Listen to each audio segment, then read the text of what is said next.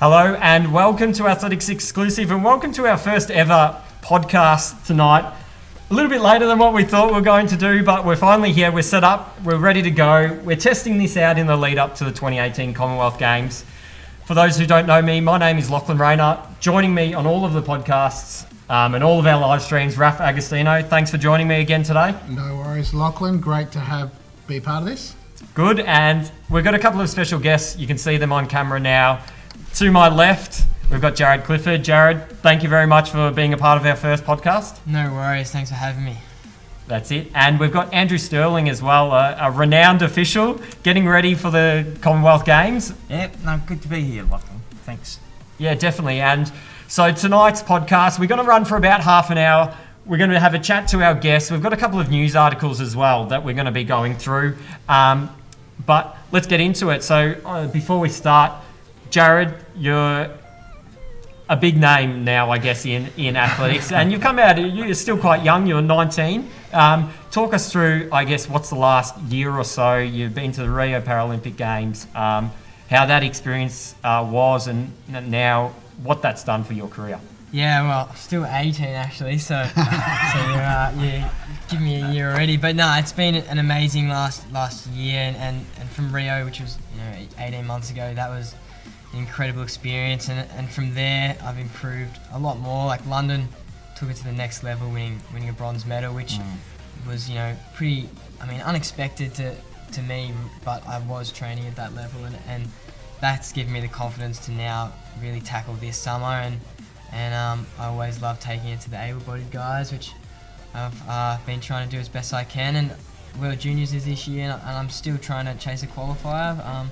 We'll see how that goes. I've still got Martins Club this week and then the Junior Nationals, but yeah, this last year's been pretty crazy. I've run PBs over every distance, and yeah, it's going well. And you did mention that, well, obviously you've competed at the Rio Paralympic Games, but you do take it to all the able-bodied athletes are still competitive right up the top level. So how is that, being able to do that? I can remember your sprint finish on the weekend just at the junior Victorian State Championships, finishing off a killer kick. I think I saw a training, I'm not sure where I saw it, but it was on social media. You're here at Diamond Valley where we are now.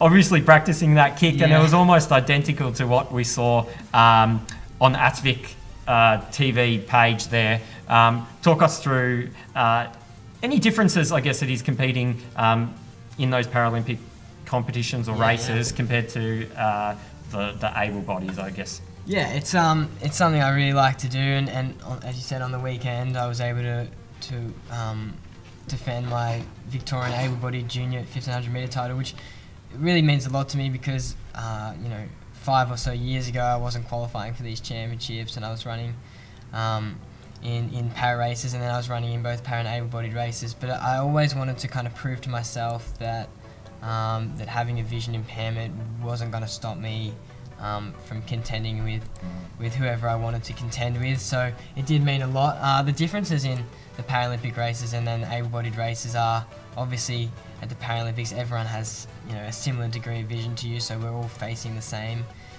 disadvantages at the same time. In able-bodied races, the big challenge is usually tactical over 1500, just because I can't cover the moves as well, or I can't react to things as well. Often in races I'm not quite sure of my position, though in those Victorian races I race those guys quite often. I have done for the last couple of years, so I do know their tactics quite well. But when you go to nationals and you're racing people you don't race very often, yeah, that does come into play. Over 5,000 metres I actually have had a bit of trouble in my last two where my vision's fatigued, and I've kind of struggled to finish those races. I have finished them, but I've really struggled. So I am looking at taking up guide running on the track. And you did a little bit of guide running in the Melbourne 10K, was it? Yep. Which went really well. Like I ran, it was the first time in my career, well, I'd always thought I'd been in the zone before, but then after that race I kind of realised that what I'd just experienced was next level. So I had Matt Clark and Luke Matthews, and I ran 30-40 and came third in the Melbourne 10K, and I just remember feeling so at one with like my the movement of running. I wasn't stressing about what I was going to run into. I wasn't stressing about where I was in the pack. All this information that someone can just pick up so clearly with their eyes, I was getting fed to me verbally from my guides, and I just didn't have to worry, and I was just running fast. I was just putting one leg in front of the other without any worry, it was so good to be able to do that, so I'm looking forward to doing it again.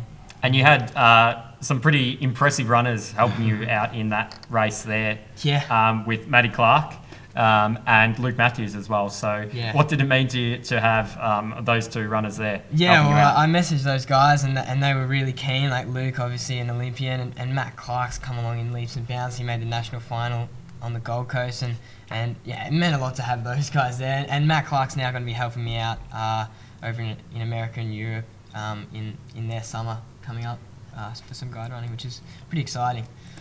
Cool. The thing of live TV, I've been trying to put this in the whole time and haven't been able to do it. So when we switch on to Andrew, I'll quietly sneak over here and try and fix it up. But we'll give you a little bit of a break from talking, Jared. Andrew, for those who might not necessarily know you, they're probably people watching at home have probably seen you on numerous occasions, but as an official, you may not necessarily the centre of attention at competitions, but you are there. You're at, you compete at, you do little athletics meets all the way through. You do senior meets, and you've got the Commonwealth Games coming up as well. We mentioned off air just before you were sitting in the crowd at Melbourne, but get to be out there on the field here in under 30 days now, I believe. Yeah, it's getting really close. It's I was actually looking at the uniform last night, and I thought, because I saw something come up about washing instructions of all things, to be careful because a part of it there was an issue with something. So,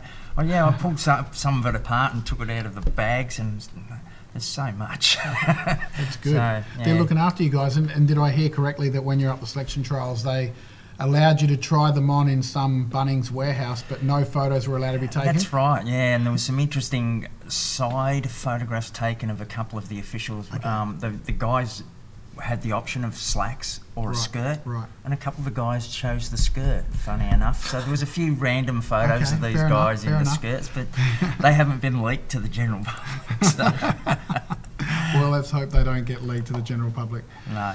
When did you find out that what got you into being an athletics official? Oh, that goes back a long, long way. Like I was still competing up until a few years ago when I had a personal illness, but I was still doing officialing then at a senior venue sort of status. Prior to that, it was always with little athletics and stuff as my own kids came through. And those who may not know, I did start in Little Ass back in 1970, so I've been around athletics for quite a long time. It's just that natural progression from an athlete into being an official. And what were you an athlete in? What did you compete in? Younger days of just about everything. But as I got older, I gravitated to the throws. I preferred the throws events, and now I coach the throws as well. So. Which is great, and you're a fantastic coach. Thank you. Now, you touched on an illness that you got. Do you want to talk about that, or? Oh, it's just I got a bout of cancer. So I had throat cancer and kidney cancer. I was diagnosed just after my 50th birthday. So what a present that was. But yeah, came out the other side, all good. Lots of support from family and friends, and best thing was I've lost a bit of weight, so there's a few people haven't recognised me in the past. But yeah, that's one of the bonuses, but it's not a weight loss remedy I would prescribe to anybody. That's good. We certainly, as part of being here at Diamond Valley, we've certainly loved just watching you continue to go on, and your support has been great, as you mentioned. But you've certainly, I don't know if you'd say this or not, but you're certainly a very fit man now, and doing so well. Yeah, I enjoy athletics, and it's just fun being around all the kids and just watching them PBs. Getting PBs is what I like to see. Yeah. There's nothing better than it, whether it's an 8-year-old giving you a high five because they've just thrown a 3 centimetre PB in shot put or something. That's fabulous. I mean, or whether it's a 60 metre hammer throw, it doesn't matter. That's right. And can you explain to us, we'll switch subjects back to the Commonwealth Games a little bit now here. talk us through the process. So how you went about getting selected, and I know you've gone up to the Gold Coast, or at least officials have gone up to the Gold Coast in the lead up in the last few months or so to do different preparations. So can you talk us through a little bit about that? Well, like the lead up for it has been sort of 2 to 3 year process. There was sort of expressions of interest put out by Athletics Australia quite a few years back, and then from there they stipulated that they would like people to attend especially the junior national events, so that they could then begin a selection process and narrow the field of people or contenders down. Then in the previous last season, there was again another stipulation that you had to also do the open national titles as well as the juniors. So that just got the process a little more rigorous as you went along, and see what the commitment was from the officials, I suppose. And then they gave them the chance to then see how officials, I suppose, reacted in a senior environment as opposed to a junior environment. And then they had that really big comp. Remember, they joined the juniors and seniors together that season. I think the 9-day national championships. What a blast that was! Oh, I think everybody needed a holiday after that one. But I think that was a good experience in terms of how people need to cope with those sort of big events and how to get yourself through those things. Well, perfect lead up to the Commonwealth Games. And I think that worked quite well. I think that was give people a good idea of what they're going to be up for. And myself, I haven't done any of those sort of big competitions. There's quite a few officials who have got into the Com Games who have done. I believe there's one gentleman. I think he's a track official. He was at the '82 Commonwealth Games in Brisbane. So he's done Commonwealth Games, World Championships, Olympic Games. So there's some really, really well qualified officials that are going to be there. So that's it's exciting. And since you've been selected, so what's the process now? Are you allowed to tell us what you're doing? Yeah, I've actually been selected we're all technical officials, but I'm actually working in the technical side of things. I'm setting up venues, predominantly on the throws field of play, so in the javelin, hammer, shot put and discus. And that's just making sure that all the sectors are set up properly, the whole field of play is set up ready for competition, and that process has to be done several hours before the competition starts, because then there's international officials have to come down and say that they're happy with the way the venue's set up, and it gives people a little bit of time to tweak things if they want chairs here out of the way of cameras and all the rest of that sort of thing. So there's just that coordination in with TV and everything now, I think, and we got a little bit of experience with that with the Nitro series last summer. That was an interesting process, trying to get used to how to fit in with TV schedules and things for people. So. Not sure you'll have as many people running around the inside. No, well, I won't have javelins flying at me this year, because I was out in the javelin fall for Nitro, so I was having javelins being thrown at me that night. So I did suggest that we could maybe put a helmet cam on whoever does it next time, and they can watch the javelins flying at them. So. Just don't get too close. Yeah. So with our podcast, what we're also going to be doing tonight's going to be a little bit shorter, being our first one, and not much advertisement or anything around it, but we are going to discuss current news items as well going on in the athletics world from whatever it is might be, but in the lead up to the Commonwealth Games, we presume we're going to get a fair bit. We've had the national trials, so and it's probably quite good. We've got an official, we've got a coach here, and we've got an athlete as well. Got a little bit of a question, and if you do have any questions for either of our two guests here, do make sure you ask on either Facebook or YouTube, and we will try and get to them at the end there. But one of the questions we threw up is about athletes and the pressure, and it's come around recently with a few different situations to the real quite serious end. But I mean, it does happen on a day-to-day basis, and it's something that's been increasing quite a bit just in society in a whole, and like society, sport does follow the same trends. So I'll start with you, Jared. Being an athlete, do you, in an individual sport, you're quite well supported by VIS and your own centre and things like that. Do you think, or have you ever witnessed another athlete, the pressure around it, or have you noticed a different now that you're becoming going more into the open age groups or anything like that? Yeah, I suppose like you always, I mean, when you start in little athletics, you kind of don't really notice it, but sometimes it kind of starts with sometimes parents will put pressure on their kids, and you do see that. I suppose there's all different types of pressure. Like at the open level, when they're high performance athletes, I suppose the pressure, you have to expect it to be there. Like if we as a sport want to be as big as, or even as half as big as something like the AFL, who their players get scrutinised on a weekly basis, then you have to kind of take one with the other.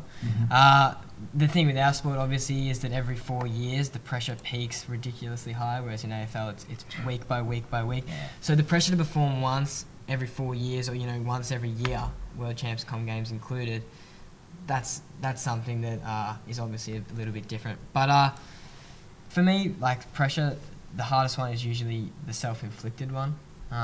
So yeah, sometimes if I'm like chasing a time goal, that self-pressure is a lot. Are you hard on yourself or not too bad? I have been hard on myself before, and I think when I've been chasing times, it's probably one of the reasons why I actually haven't got them. So I try and just be relaxed and focused on the process rather than the outcome, rather than stressing about what position I'm going to come or what time, just working out what I have to do to get it done. Yeah. Well, I was no means an incredible athlete and nowhere near that level, but I always found that with other sports, as you tend to, I guess, get better, it tends to be a little bit easier. In team sports and things like that, you can, football, you can get to the ball, it just seems to find you. Whereas athletics, and mind you, not a great level, but it always seemed the training's always got harder. The races always got harder again and harder again. And that next second, being a distance runner, that next second was always twice as hard as the previous second to beat.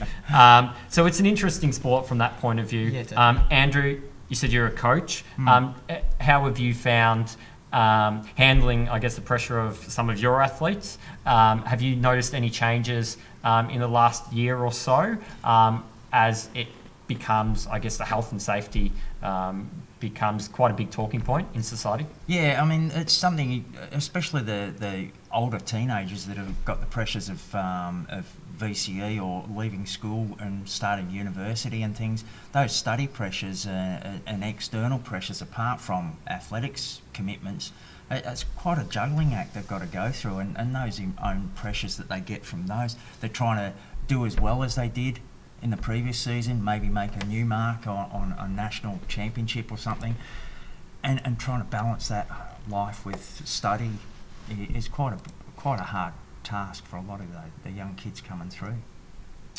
And so we'll switch to our next little article, and this is going back to our national trials.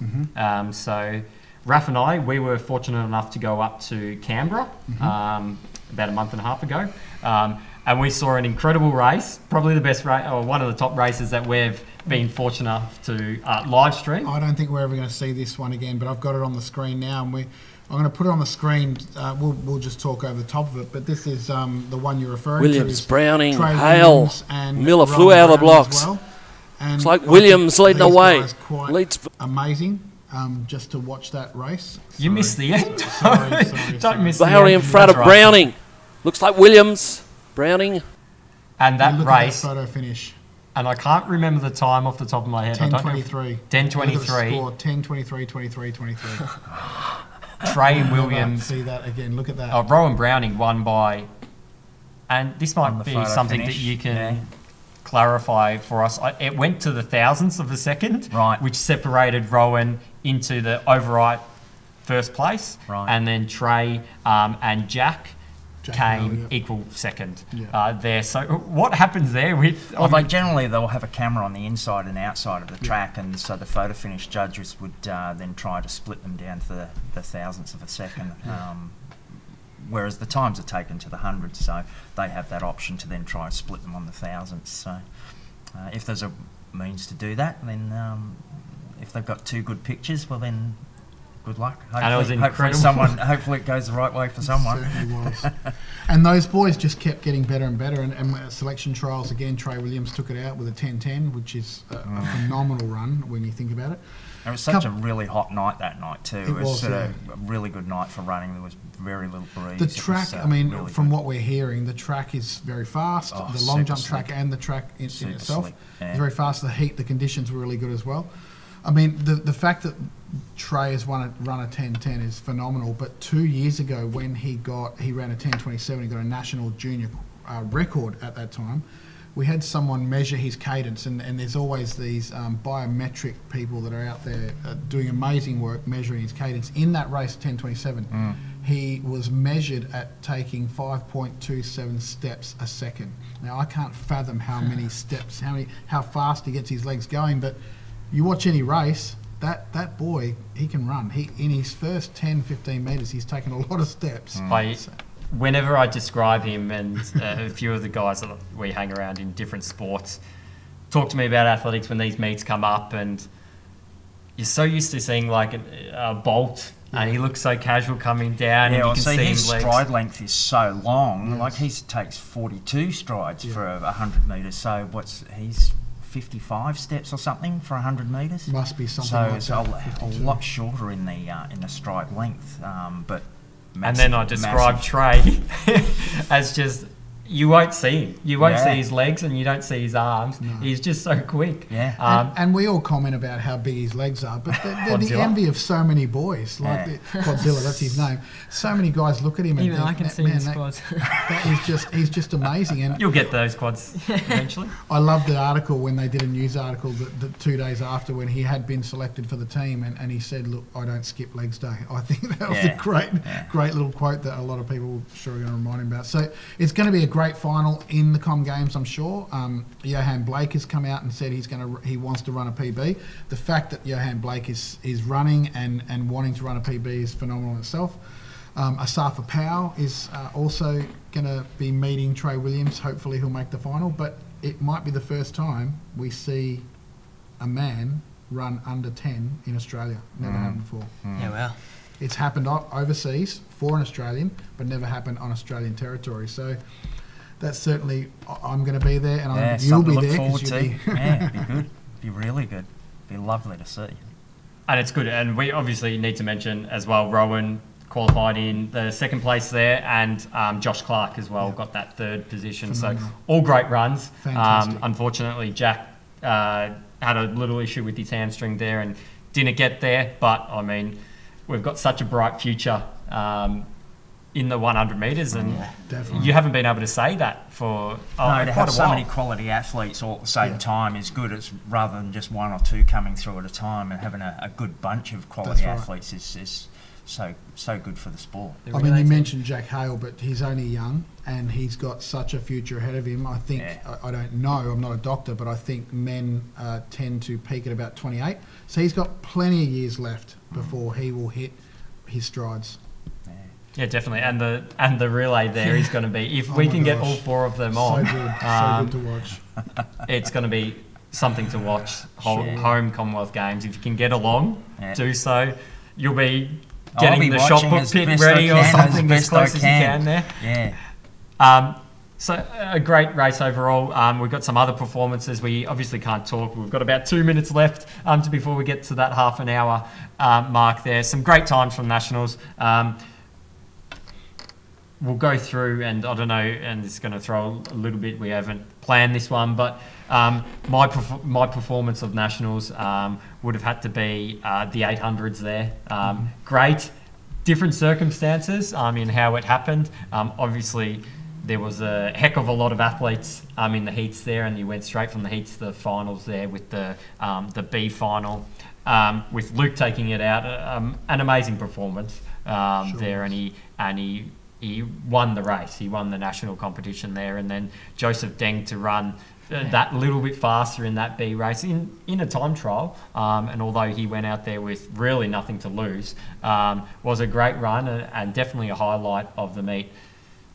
My performance of the meet? Or? Yeah, talk about the highlight for you. Yeah, well, I reckon my highlight would have been the men's 5K. I was in it, but That's all right. Those four guys. I mean, I was well behind, but I got a good view with about 1,200 to go when they came, passed me like at a rate of knots a lot quicker than me. But yeah, Pat Tiernan on the front in those conditions, that was just, you know, it was gutsy. I think he may have regretted his tactic a little bit afterwards, but it was gutsy. And the 3 guys to go sub 13:20 the first time, the 3 Australians in the one race have gone sub 13:20. And then my training partner, Michael Roger, finished 10th arm amputee and smashed his own world record and got him a little bit closer to becoming the fastest Paralympian over 5,000 metres. And then, yeah, the next day he also backed up and ran 3:48 in the heats about, I don't know, 12 hours later or something crazy like that. So, yeah, that was my highlight of the weekend. And as an official, can I ask you, or you have to stay unbiased? One of the best ones I saw was a come from behind from Hamish Peacock in the men's open javelin. Yeah. He was sitting about 5th, and he grabbed a pull jab. It wasn't a personal implement. He just grabbed one out, bang, 4 metres better, and took the comp. So that was a good moment. Good work. And Raph? For me, I think mine, I mean, I was very thankful that Athletics Australia provided a live stream service because I couldn't get there going up for the Com Games. But I think for me, personally, the race of the women's 100 and, the women's 200 with Maddie Coates, I think, being that it's Maddie Coates and we happen to know the family for a while, being a Diamond Valley athlete, ticks that box as well. But I think it's just exciting to see young athletes like Maddie and Riley Day and so on, and girls like that are just coming through. Yeah. And we talked about the future being bright for men's sprinting. Women's sprinting has a really deep field as well. So Yeah. it's pretty exciting stuff for the future years. Before we finish up, I did remember, and I forgot to ask. You've been doing a few articles, Jared, for Runners Tribe. You, when Athletics Exclusive was up and running, you did one or so for me there. Now writing for Runners Tribe, some amazing articles and getting really good responses. Give it a little bit of a plug. So talk us through some of the recent articles that you've written. Yeah, for sure. I mean, I've just started just from in the new year writing for Runners Tribe, a column. It was every week while I was on holidays. I'm now back at year 12, so it's now going to be every 2 weeks. But yeah, I did Michael Roger, as I just mentioned, and his story, which is pretty crazy. He raced at the 2012 London Paralympics and had a blood transfusion after the race, and he was in a bad way. And then in Rio, he's the world record holder, so he went into Rio as world record holder. It didn't quite happen for him, but you know, now he's breaking world records and his sights are set on Tokyo. And then I spoke to Jen Lacars, and her 2016 season was impeccable, and 2017 it kind of not backfired, but it was a bit more disastrous, I suppose. A lot of injuries, but now she's coming back for the Com Games, and there's a lot of different articles, and I'm just trying to find the stories that aren't always told, and I'm trying to get them out there. So Virginia Maloney was one of them. Team Tempo in South Australia with Adam Diddick, Brad Mathas from New Zealand, who just snuck under the qualifier in literally the last 24 hours of the qualifying period for New Zealand. So yeah, there's a couple of articles on there. I'm hoping to keep them coming. I think the next one will be on Luke Matthews and his preparation for nationals, and leading into the Com Games, especially off the back of London 2017 and that performance. So trying to get more experience. Still at school, so yeah, we'll see where it takes me. Where do you get the time?